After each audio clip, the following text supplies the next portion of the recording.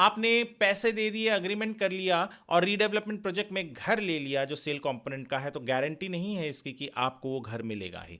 दरअसल हाल ही में एक केस आया अप्रैल 22 2026 को, महारेरा के अपीलेट ट्रिब्यूनल ने ये ऑर्डर दिया है, जो ऑर्डर हर होम बायर को जानना जरूरी है, खास करके उस होम बायर को जो रीडेवलपमेंट के सेल कंपोनेंट वाले प्रोजेक्ट में घर ले रहा है। दरअसल जो केस है ये बोरीवली का केस है। केस के डिटेल्स डिस्क्रिप्शन में मैं दे दूंगा, आप वहां से ढूंढ सकते हैं ऑर्डर को और पढ़िएगा जरूर। ये बढ़ते हैं वीडियो की तरफ, कहानी की तरफ। बोरीवली की सोसाइटी थी, उसने 2013 में आदित्य डेवलपर के साथ एक अग्रीमेंट किया। 2015-16 में बिल्डर ने जो परमिशंस थे वो लेकर आया। 2017 में महारेरा में रजिस्टर किया। इसी दरमियान उसने कुछ 12 लोगों को घर भी बेच दिया जो सेल कंपोनेंट वो बनाने वाला था उसमें। और 2018 में जो सोसाइटी थी वो परेशान हो गए थे, बिल्डर से काम नहीं बढ़ रहा था, 4 फ्लोर तक ही बनाया था उसने और काम रोक दिया था। वो आर्बिट्रेशन में गए, कोर्ट ने कहा कि आप कोई नए होम बायर्स क्रिएट नहीं करेंगे और साथ ही साथ जो पैसे एस्क्रो अकाउंट में जमा है उसका इस्तेमाल नहीं करेंगे, पर कहते हैं कि बिल्डर ने फॉलो नहीं किया।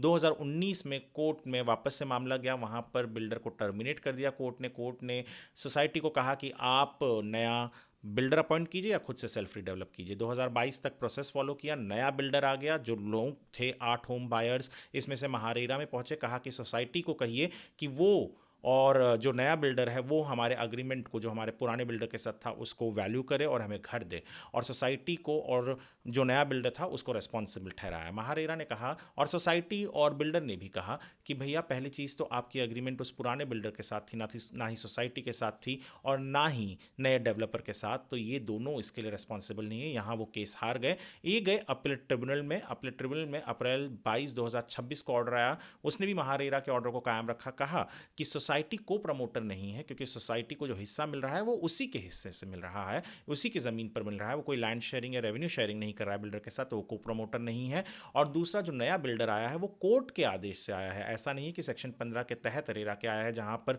पूरे पुराने अलॉटीज नए बिल्डर को अपॉइंट करने के लिए उनके इजाज़त देते हैं। उनका जो होम बायर्स था उनका ये कहना था कि महारेरा का जो नया रजिस्ट्रेशन नंबर है नया बिल्डर ले रहा है वो नहीं देना चाहिए, पुराना ही रजिस्ट्रेशन कंटिन्यू करना चाहिए।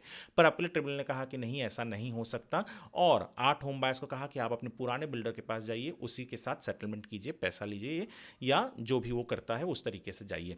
ये होम बायर्स के लिए एक बहुत बड़ा सेटबैक है, खास करके ऐसे होम बायर्स के लिए जो रीडेवलपमेंट प्रोजेक्ट में घर लेने की सोच रहे हैं, क्योंकि उन्हें नहीं पता होता कि कब बिल्डर को कब सोसाइटी टर्मिनेट कर दे, क्योंकि बिल्डर काम नहीं कर रहा है और उनके पैसे अटक जाएंगे, घर भी नहीं मिलेगा। आपको क्या लगता है कि ऐसे केसेस में क्या होना चाहिए और ऐसे होम बायर्स के लिए कोई और सोल्यूशन होना चाहिए या नहीं होना चाहिए?